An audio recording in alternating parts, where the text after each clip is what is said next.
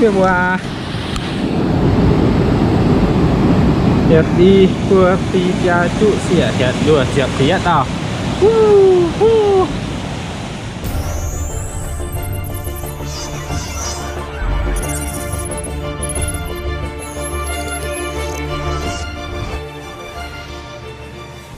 ấy là chỉ sao mà tập con bây giờ chung yêu miền qua xa nhiều kiểu tao có giống hoa mấy cua tập cung đó ở nè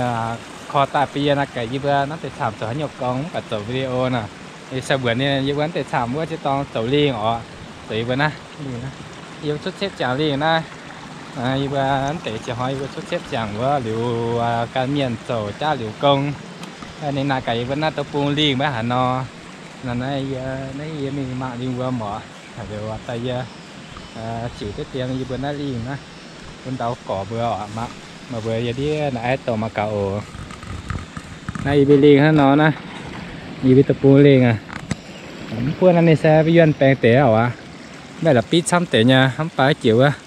để mà chăm liền à bữa mà tập thê liền chăm có lọ té này bây giờ nó xuất xếp đó bèn té lớn như mùa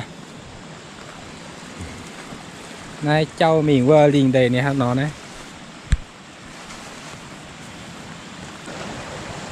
nè nó lầu quăng ổn như mùa là lầu quăng quá làn đèo quá tại giờ sẽ đi sang quá về giờ tao nãy mới phủ cho nó mà cả quá để thả nên mà tập ba đèo sớm mai ở và dẫn tới chiều họ nó bơm hồ nên mà đèo pe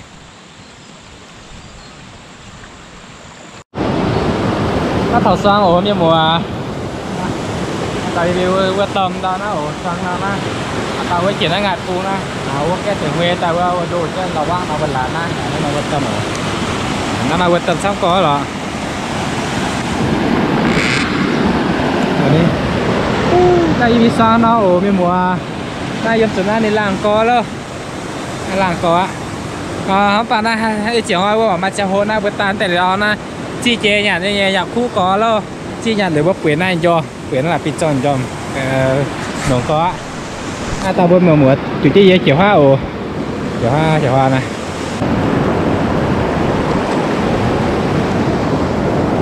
là hít tao bên là nè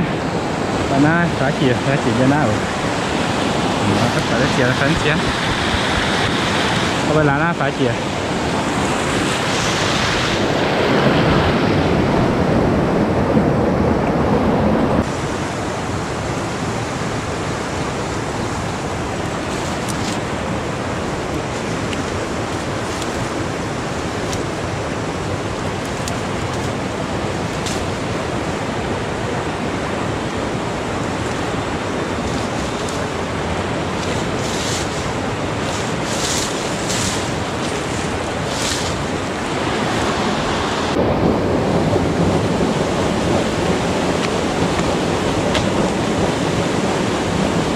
cái mùa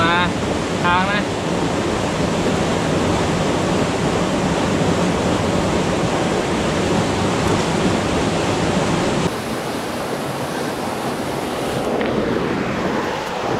tao bớt phủ nhắn tao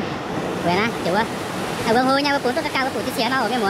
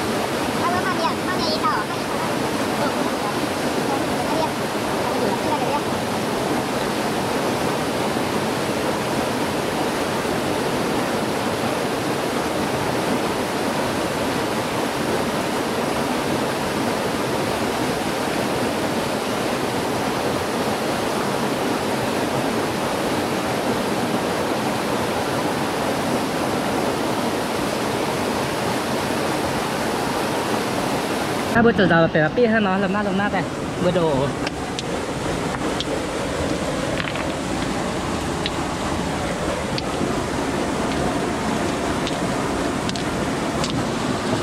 nghe mà rất bạc á.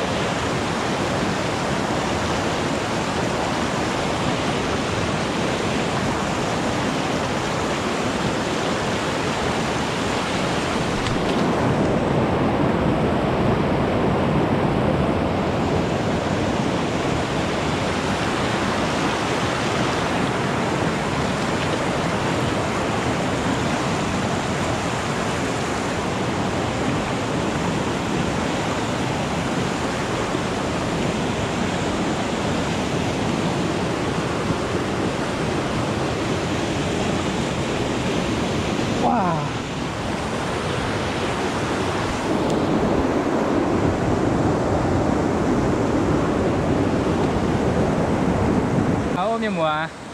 vì trái tu pi pha nó cái trái chẳng ấy nó hít trái chẳng hoảng ấy như chuẩn vậy cho đom hiện tại miếng mùa ta rồi chưa chỉ khi nó ta mà cả vừa cái xe hắn nó miếng mùa nó đi đom rồi em miếng mà cầu là quang của hoa với phủ cho mà cả ni xe tu biểu phén tụ mà biểu phén mà ý hoa nó dễ mình thọ hoa với tệ tòng với chịu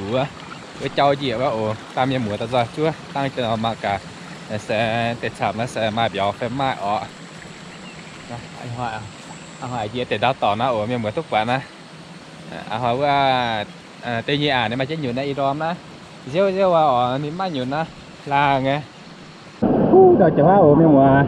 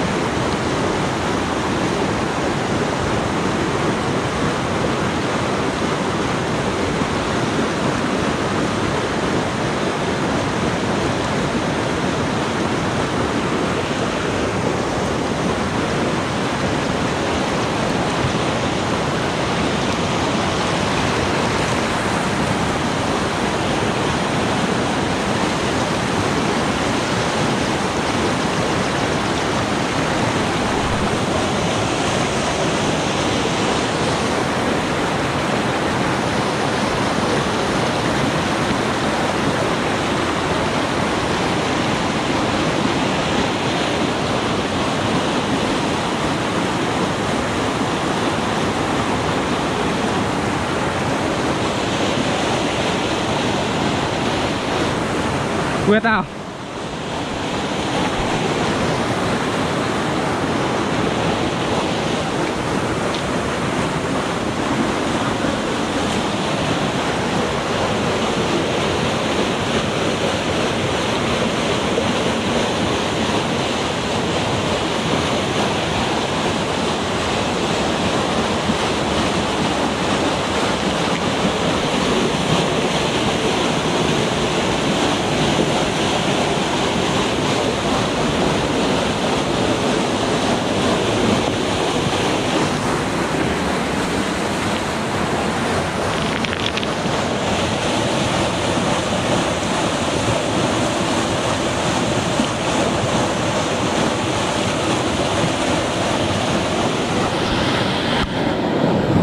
Tao miêu mùa Việt tao, y tao, phưa tao, pi tao, cha tao tao đó nè dập bên dập bên